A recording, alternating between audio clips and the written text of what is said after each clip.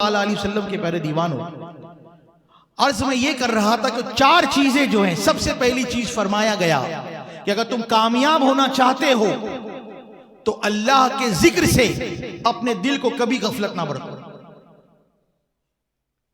अल्लाह के जिक्र से अपने दिल को कभी खाली ना रखो।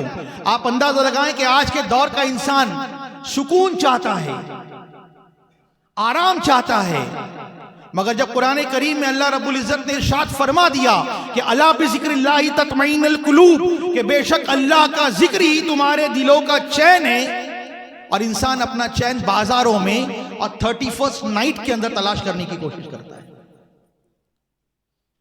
31st नाइट में सुकून हासिल करना चाहता है। जिस चीज को अल्लाह ने अपने जिक्र के अंदर सुकून को मैसर फरमाया, आज इंसान चाहता है कि मुझे सुकून 31st नाइट में मिले।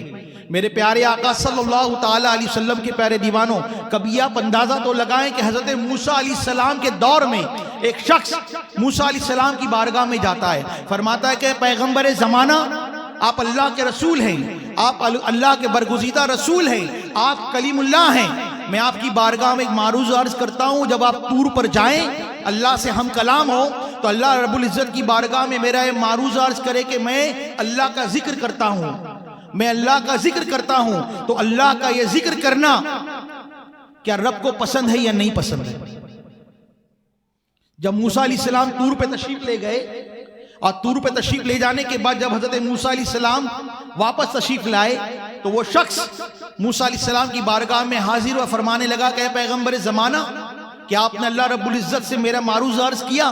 क्या मेरा सवाल आपने अर्ज किया? तो मूसा अलैहिस्सलाम ने फरमाया कि हाँ, मैंने अल्लाह रब्बुल इज्जत की बारगाह में तेरा सवाल रखा कि ऐ अल्लाह, वो फला फला बंदा जो तेरी बारगाह में तौबा इस्तगफार करता है, जिक्र करता है, हमेशा तेरा जिक्र बजा लाता है, तो तेरी बारगाह में उसका जिक्र काबिल कबूल है या नहीं? तो अल्लाह रब्बुल इज्जत ने फरमाया कि नहीं। क्या फरमाया?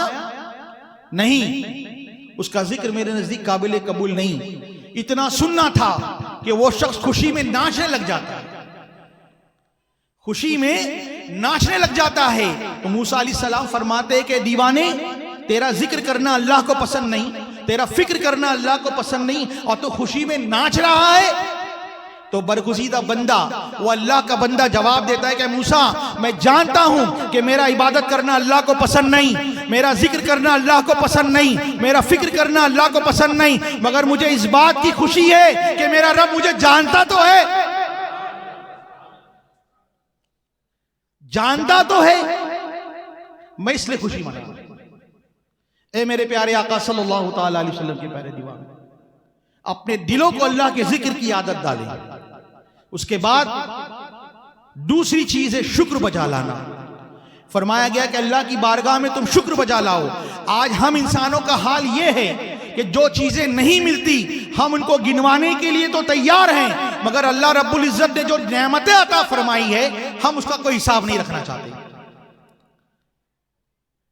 अगर मैं आपके सामने सिर्फ एक बात कहूं कि आप जो सांस लेते हैं, कभी किसी ने अगर अस्पताल का बिल भरा है और पेशेंट को ऑक्सीजन का बिल देखा होगा, अगर 1 लाख का बिल आया है उसके दवाई का, तो तकरीबन 30,000 रुपया तो खाली ऑक्सीजन का होता है। और आज हम खुले आसमान में इस दुनिया के अंदर कितनी सांसें ले रहे हैं, कभी क्या हमने उसका हिसाब किया? क्या कभी हमने सोचा? आज मस्जिद के लिए कहा जाता है कि बंद मुट्ठी खैरात करें। सारी बंद मुट्ठी जो है मस्जिदों के अंदर ही होती है। ढाबे पे वेटर को टिप देना है तो 50 की नोट दी जाएगी, ढाबे पे से कार निकालना है तो वॉचमैन को 20 की नोट दी जाएगी, मगर मस्जिद के झोली में जब डालना है तो मुट्ठी बंद करके 5 रुपया डाला जाता है। कितने ताज्जुब की बात है। कहां हैं हम? और फिर कहते हैं कि मुसीबतें हम पर आ रही है। मेरे प्यारे आका सल्लल्लाहु ताला अलैहि वसल्लम के प्यारे दीवानों, तीसरी बात जो फरमाई गई, फरमाया कि कसरत के साथ दुआएं मांगा करें। पहली चीज हो गई आपकी अल्लाह का जिक्र, दूसरी चीज हो गई अल्लाह का शुक्र, और फरमाया कि तीसरी चीज दुआएं मांगा करें अल्लाह रब्बुल इज्जत की बारगाह में। याद रखें कि दुआएं वो अमल है कि कोई इंसान ये सोचे कि मैं तो गुनहगार हूं, मैं तो खताकार हूं, मेरी दुआ क्या अल्लाह की बारगाह में कबूल होगी, मेरी दुआएं कहां अल्लाह रब्बुल इज्जत की बारगाह में कबूल फरमाएगा। तो फरमाया गया कुरान करीम के अंदर, अल्लाह रब्बुल इज्जत ने इरशाद फरमाया सूरह मरियम के अंदर कि हज़रत इब्राहीम अलैहिस्सलाम ने फरमाया कि मैं अपने रब से दुआएं मांगा करता हूं और रब से दुआ मांगूंगा क्योंकि वो मेरी दुआओं को रद्द नहीं फरमाएगा। क्योंकि दुआ के 3 तकाजे होते हैं। जब बंदा दुआ करता है तो फरमाया गया कि अल्लाह ताला उसकी दुआ को फौरन कबूल कर लेता है। फिर फरमाया गया कि दूसरी बात यह कि दुआ अगर कोई बंदा मांगे, अगर उसकी दुआ कबूल नहीं होती तो फरमाया गया कि जब बंदा दुआ मांगता है तो अल्लाह रब्बुल इज्जत उसकी उस दुआ के सबब से अल्लाह ताला उसे जिल्लत वाली मौत से बचाता है। और तीसरी बात फरमाया गया कि जब बंदा दुआ मांगता है तो उसकी दुआ जब कबूल नहीं होती तो इसका मतलब यह नहीं होता कि उसकी दुआ नहीं कबूल हुई, बल्कि उस दुआ को अल्लाह महफूज रखता है और कल बरोज़े क़यामत इसी दुआ के सबब से अल्लाह ताला उसकी मग़फ़िरत फरमाएगा।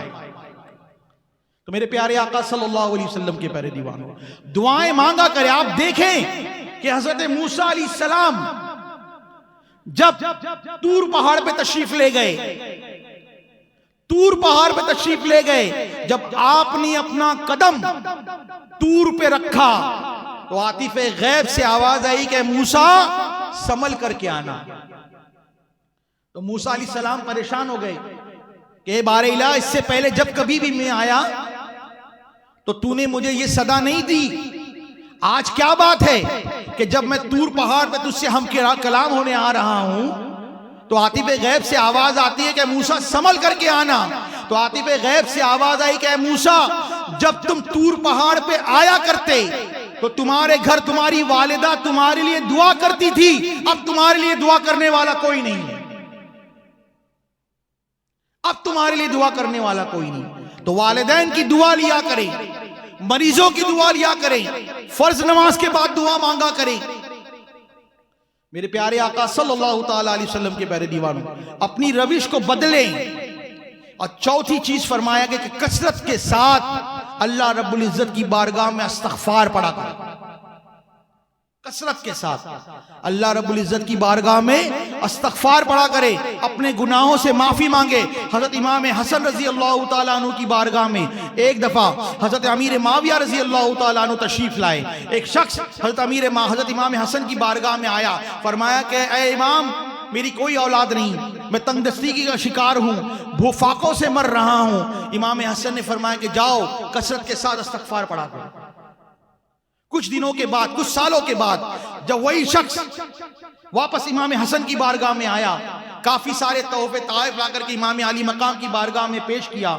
इत्तेफाकन तौर पर हजरत अमीर माविया रजी अल्लाह तआला अन्हु उस वक्त भी मौजूद थे।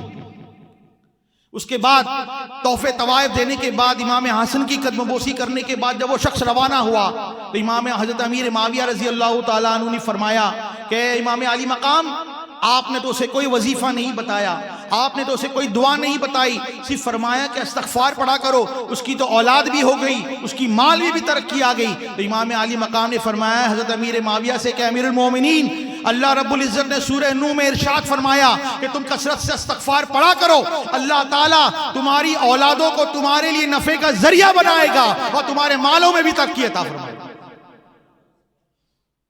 मेरे प्यारे आका सल्लल्लाहु ताला अलैहि वसल्लम के प्यारे दीवानों, ये रविश, ये तब्दीली अपने अंदर